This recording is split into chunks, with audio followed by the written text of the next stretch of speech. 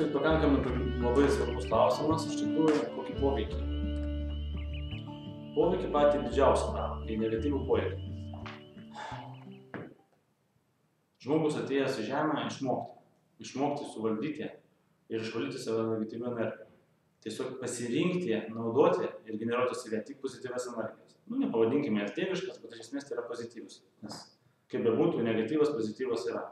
Piktis yra agresija, yra meilė, tai ką. Tai kaip išmokinti žmogų, kuris yra tarkim nesąmoningas, kuris nesupranta, kuris naudoja pyktį, agresiją, melą, apgavystės, kaip išmokinti to nesinaudoti? Kokiu būdu? Koks gali būti mechanizmas? Kaip galima išmokti? Taigi tu kenki, žudai, vagi ir viskas, tai kokia problema? Viskas grįžta. O kaip grąžinti tavo pamokymą? Tokia yra, nežinau, kaip čia pasakyti, net sistema, iš tikrųjų labai viskas įdomi. Jeigu tu supyksti, tavyje tavo esybė atsidaro praėjimas. Praėjimas tau taip pat pakenkti, bet pakenkti mokymosi pagrindą, kaip pamoką. Tarkim, tu supykai iš kažkokio žmogaus ir pas tave atsidarė praėjimas. Ir tau kažkas grįžo. Tu galvoji, kodėl man yra bloga, ar man kažkas atsitiko. Todėl, kad tu ant kažkokio žmogų kažką išliejai, kažką padarėjai, nors to neturėjai daryti ir negalėjai daryti iš tikrųjų. Todėl tu sakai, aš pasielgiau negerai, dėl to man dabar yra prastai pačiam. Ir aš atsiprašau, to žmogus, atsidau tvarką dievišką, atsiprašau ir užsidaro tas praėjimas. Bet tu kitą kartą prieš darydamas negatyviai, nedieviškai, negerai, tu jau pagalvosi. Tas yra labai svarbu. Labai svarbu yra tas suprasti, kad viskas yra pamokos. Todėl, kai tu pradedi žiūrėti visus žmonės kaip mokytojus ir jeigu tavęs kažkas pyksta, kažkaip nesiseka tau, tave apgavo, pažadėjo neįvykdė, iš darbo išmetė, pinigų nesumokėjo, tu visada turi suprasti, kad tai padaryta ne šiaip savo. Kad kažkur tai kažką tu padarėjai taip pat negerai. Nebūtinai tai tinkamai. Tai yra tas pats atsakomybės priėmimo už viską, kas mus supa. Tai yra labai svarbu.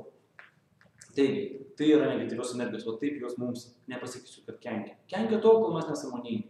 Gal mums nesiseka tas anas, darbo negaunu, žmogus ten artimas išduoda, viskas negerai, ten taip toliau. Tai yra tiesiog nesąmoningas žmogus. Kai sąmoningas, tu supranti, kad visur viską tai yra tik mokina. Ir kad visos problemos tavyje. Ir tau, dėl tavęs, tie žmonės tave supa, o tokie negatyvūs, piktiniai, geri, išduodantis, dėl to, kad tu suprastum ir išsivalytum. Ir tu tai dirbi su savimi, žmonės keičiasi. Kaip aš sakau, jeigu mes augam, maži vieni, kiti neauga, mes einam kitur, ateina nauji žmonės, kurie jau atitinka mūsų lygį, geresni. Ir eina toliau ir mes augam, ir tai yra be galo. Be galo. Aplinka keičiasi, viskas keičiasi, taip mes kuriam pasaulio aplinkoje. Todėl tas kaip tos energijos kenkiama, netinkamas žodis. Tiesiog mums reikia jos. Jos reikalingos mokymo, nežinau kaip pasakyti, mokymo būdai čia yra tokie, tos negatyvios energijos, kurios mums padaro praėjimą ir mus mokina.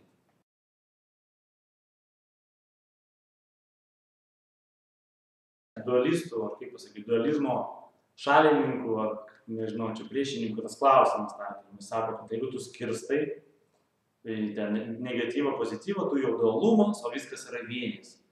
Aš nežinau, galbūt jeigu tai žmogus sako, o man taip rašė, ar Facebook'e, ar kažkur rašė tiesiog, kai aš atsakiau, kur yra problema, jis parašė man tik žmogus kažkoks. Aš supratau, kad tikrai jis nėra tiek pakilęs, kad jis susijungęs su motulė, su tėvu ir jisai, tada šis čia nebūtų ir mane rašytų Facebook'e, jeigu jis jau sugeba būti toks vienis su viskom.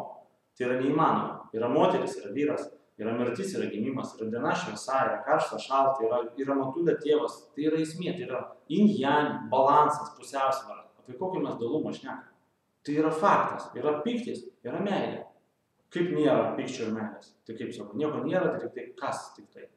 Kai išsivalysi nuo visų negatyvių ir sugebėsi gyventi tik tai pozityvios energijos, jau priartėsi galbūt prie vienybės. Tada, bet iki to labai toli dar mums žmonėms tikrai toli. Tai nepasako, kad mes blogi, bet reikia būti realistų, reikia suprasti ir matyti. Nes dažnai tai žmonės, kuris skleidžia meilę šviesą, jam taip atrodo, jis labai lengva supykti su esame. Labai lengva, kalbėdamas tiesiog tokias tiesas. Labai, kodėl? Turbūt jie nedirba su savimi. Jie bando tai užpildyti teigiamom emocijom, pozityvų. Tai irgi gerai. Bet jeigu tu nori toliau ir spręsti iš tikrųjų, supras, pamatyti, pabus, tai ne tas kelias. Tiesiog. Todėl reikia suprasti, kad pozityviai yra gerai gyventi. Svarbus neperėti į euforiją. O tai euforija ir perėina tai. Tos visos tokios grupinės, ten maldos, ten įsijaučia kažkokios tai. Kodėl aš sakau, tai nėra blogai. ten mantros, tarkim, ten 1000 žmonių, ten gongai ir taip toliau. Tai nėra blogai, bet eikit toliau. Nes jūs suprantat, kad tiesiog tą momentą, kai jūs susiemat to, jums gerai yra. Bet jeigu grįžtate į savo vietą, kažkokius ten grįžkite į kokius namus, savo kur visi pikti žmonės, kaimynai, taip toliau, jo problemos, kainos brangios, maistas brangus, elektra brangi, dujos pabrango. Kaip jūs jausitės? Jūs nesijausite. Tai reiškia, ne ten eina. Todėl viskas yra, kol yra. Kai mes išvalysim žmonės mes, o ne kažkur savaime supratę, išvalysim, tada to nebus, bus vienybė. Bus taika, vienybė, bet iki to dar yra ką veikti, iš tikrųjų.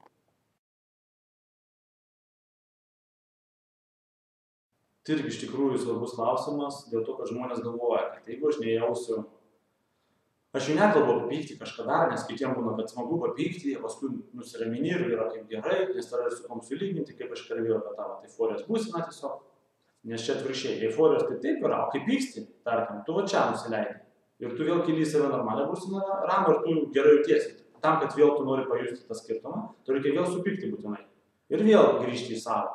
Bet tai gaunasi ta pati euforija, nors čia žiūrint. O jeigu dar žmogus dar vartoja kažką, tai visą tai tokia amplitudė. Įsivaizduok, kaip savi šarpa. Nu, čia toli nenueis. Tai va. Kas yra bejausmės? Bejausmės netinka, tai yra irgi negatyvi energija.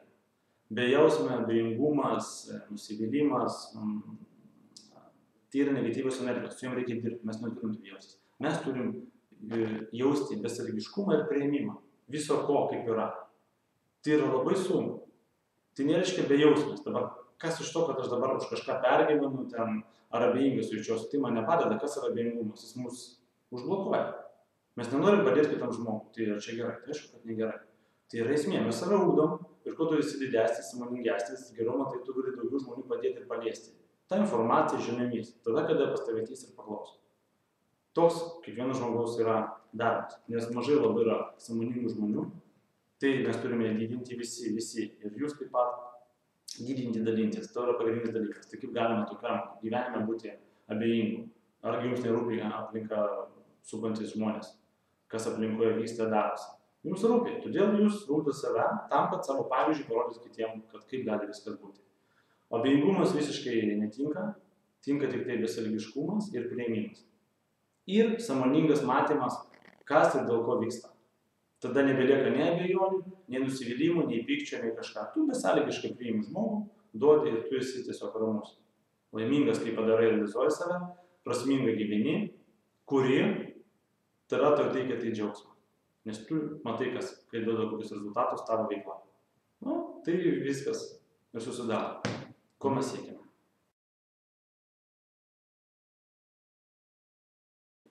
Negali būti blogas, nes toks ir tikslas.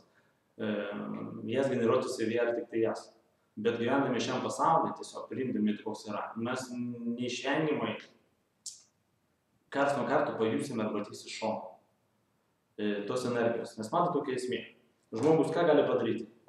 Koks tikslas žmogaus? Žmogus yra taip, čia yra jo praeitis.